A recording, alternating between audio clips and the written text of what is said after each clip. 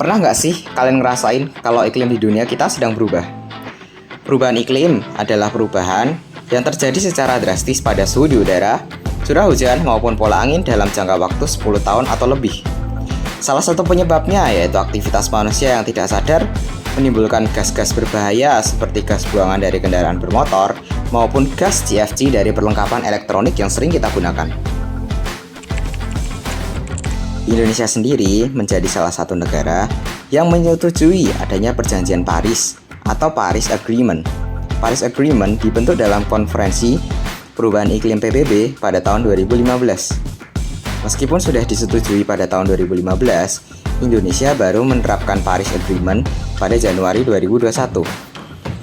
Menteri Lingkungan Hidup dan Kehutanan Siti Nurbaya menjelaskan bahwa Indonesia merupakan salah satu negara yang cukup aktif dalam agenda perubahan iklim. Indonesia sendiri berkontribusi dalam melakukan nasionalis contribution yang merupakan bentuk dari komitmen setiap negara yang setuju terhadap Paris Agreement.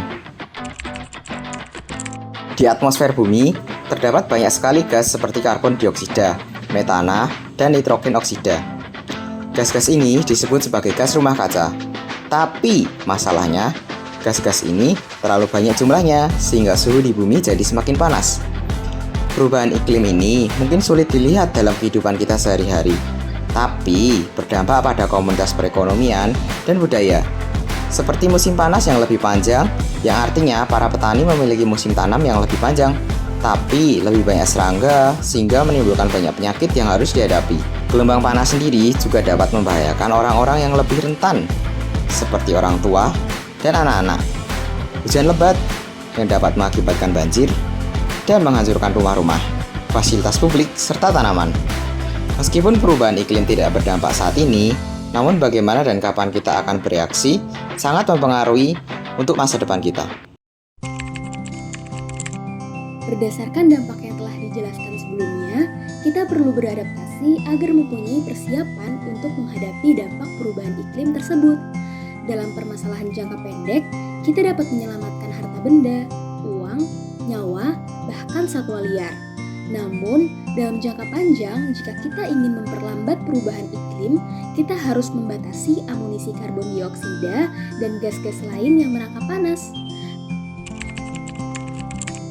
Indonesia terus berkontribusi dalam penanganan perubahan iklim. Hasil dari kebijakan pemerintah Indonesia antara lain adalah laju deforestasi yang turun signifikan dalam 20 tahun terakhir dan kebakaran hutan turun 82% di tahun 2020. Indonesia juga telah memulai rehabilitasi hutan mangrove terluas di dunia yang diperkirakan mencapai 600.000 hektar hingga tahun 2024. Tak hanya itu, Indonesia juga telah merehabilitasi lahan kritis dari tahun 2010 hingga tahun 2019. Beberapa sektor yang semula menyumbang 60% emisi di Indonesia diperkirakan juga mencapai carbon netting selambat-lambatnya di tahun 2030.